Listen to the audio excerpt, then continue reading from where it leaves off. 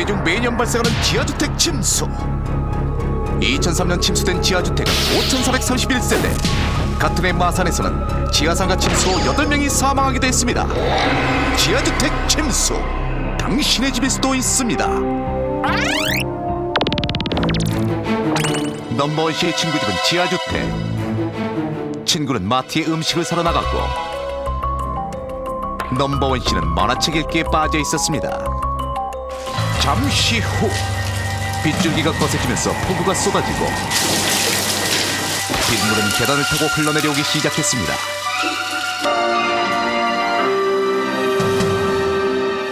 뉴스 특보입니다. 현재 태풍의 영향으로 서울 경기 전 지역에 폭우가 쏟아지고 있습니다.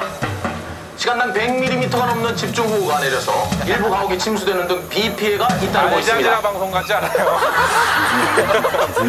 아랍 방송 같아요. 예. 저지대, 지하주택 등 침수 위험 지역에 계신 넘버원 씨는 TV에서 나오는 경보를 한 귀로 듣고 한 귀로 흘려버렸습니다. 주의하십시오. 쉬지 않고 흘러내려오는 빗물. 하지만 넘버원 씨는 이 상황을 전혀 눈치채지 못했습니다. 더욱 거세게 쏟아지는 폭우. 이때 어느새 빗물은 천장에서도 떨어지고 있었습니다. 냄비와 대야로 대충 받쳐놓는 넘버원 씨. 이 순간 계단으로는 엄청난 양의 빗물이 빠른 속도로 내려오고 있었습니다. 다시 한번 말씀드립니다. 폭우가 쏟아지고 있습니다. 즉시 안전한 장소로 대피하시고 시설물 관리에 주의하십시오. 지금 빨리 대피하시라고요, 대피! 바로 그 순간 넘버원 씨는 빗물이 문 밑으로 흘러들어오는 것을 알아차렸습니다. 정말 당황스럽죠. 이대로 있다가는 침수가 될지도 모르는 위험 상황. 그 순간에도 계속해서 내려오고 있는 빗물. 넘버원 씨는 문을 열고 밖으로 나가려고 했습니다. 하지만 문은 끄떡도 하지 않았습니다. 문을 열기엔 이미 늦어버린 것입니다. 밖에는 대체 얼마큼의 물이 찬 걸까요? 위기 탈출 넘버원! 과연 물이 몇 센티미터 찼을 때 넘버원 씨는 문을 열지 못할까요? 선택, 죽느냐 사느냐.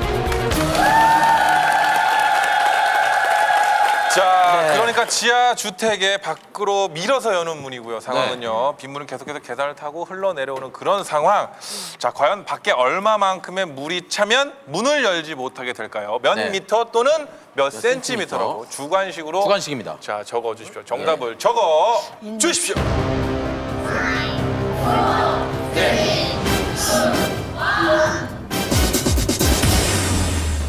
자, 들어주세요. 자, 모두 들어주시고요. 자, 들어주십시오. 김성원 씨 1m. 1m, 선영료 씨, 1m. 박명수 씨, 1m. 김현철 씨, 30cm. 김진 씨, 50cm. 김건모 씨, 30. 김종국 씨, 60. 그리고 자두 자두씨가 17. 17. 가장 많이 적어주신 분이 우리 앞에 세 분은 예, 1m. 박명수 씨 1m라고 네네. 적어주셨어요. 예, 허리 정도 올 정도. 아유, 사람이 한 는 너무 허리 정도면 많다. 밀면 안 될 것 같아요. 30cm까지는 좀 밀면 되는데. 야, 허리 정도는 예.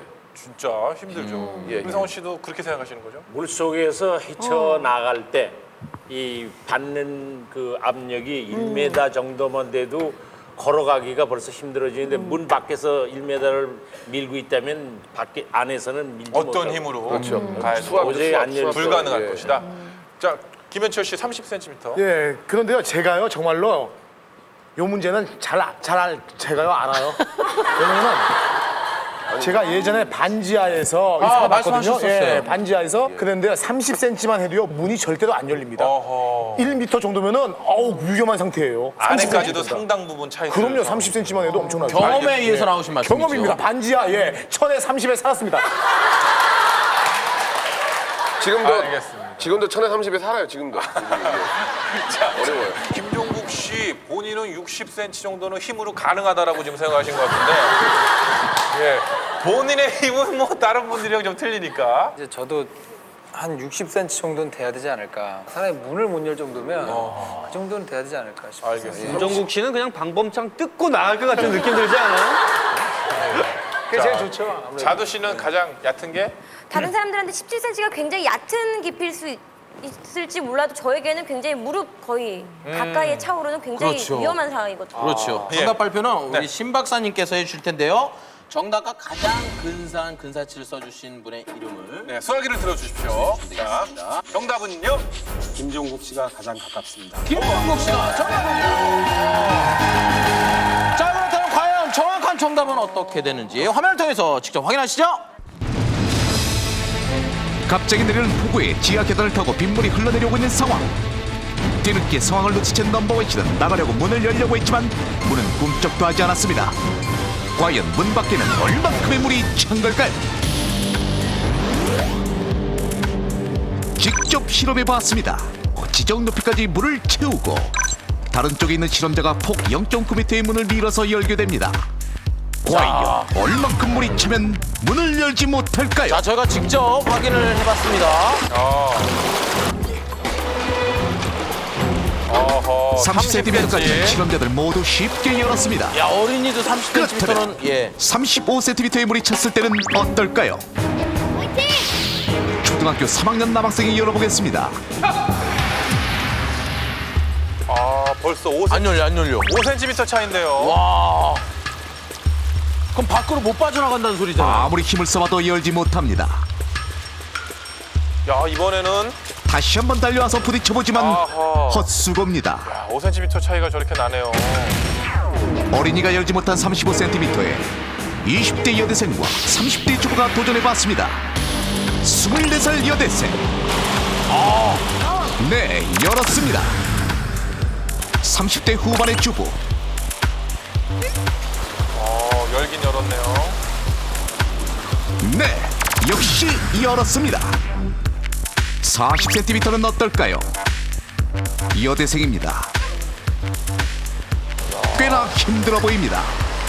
하지만 끝내 열고 맙니다. 대단한 여대생이에요. 여대생보다 15kg이나 더 나가는 주부는 어떨까요? 너무 힘들어 보이는데요. 하지만 저게 놀랍게도 생명과도 직결이 되는 거기 힘들어합니다. 때문에. 예상을 깨고 열지 지금 저게 못했습니다. 실제 상황이면 밖으로 탈출을 못한다는 얘기죠. 그렇죠. 여대생은 다음 단계인 물의 높이 45cm가 되자 문을 열지 못했습니다. 10살 남자 어린이가 문을 열지 못한 물의 높이는 35cm. 38살 주부는 40cm. 24살 여대생은 45cm에서 문을 열지 못했습니다. 그렇다면 넘버원 씨는 몇 cm에서 문을 열지 못할까요? 45cm의 넘버원 씨가 도전했습니다. 한 번에 엽니다. 아주 쉽게 문을 엽니다.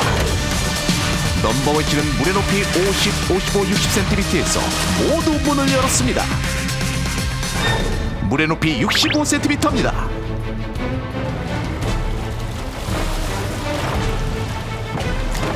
부딪혀보고 있는 힘껏 밀어보는 넘버원 씨. 하지만 문은 꿈쩍도 하지 않습니다. 김종국 씨가 해도 안 될까요? 문은 왜 열리지 않는 것일까요? 지금 수압 때문에 문이 열리지 않았습니다. 문의 폭을 대략 1m라고 가정을 했을 경우에 문 앞의 수심이 약 65cm가 되면 그 앞에 작용하는 수압은 약 211kg의 힘이 작용하기 때문에 보통 성인의 힘으로 밀 경우 문이 열리지 않는 것이 되겠습니다. 수압은 물이 찬 높이에 비례하여 증가하게 됩니다. 폭이 0.9m인 문 앞에 물이 35cm 찼을 때 수압은 무려 61kg, 45cm일 때는 101kg, 55cm일 때는 151kg, 65cm일 때는 211kg, 70cm일 때의 수압은 무려 245kg이나 되기 때문에 열지 못하게 되는 것입니다. 우리나라에는 집중호우뿐만 아니라 특정 지역에 기습적으로 내리는 국지성 호우도 자주 발생합니다. 지하주택에서는 하수구 역류를 방지하는 역지변 설치, 집안에 침수 자동 경보기 설치, 주변에 모래주머니를 쌓아놓는 등 침수에 미리 대비해야 합니다. 하지만 가장 중요한 것은 호우 시에는 TV나 라디오 기상 특보에 귀를 기울이고 빨리 안전한 곳으로 대피하는 것입니다. 명심하십시오. 작은 대비가 큰 사고를 예방할 수 있습니다.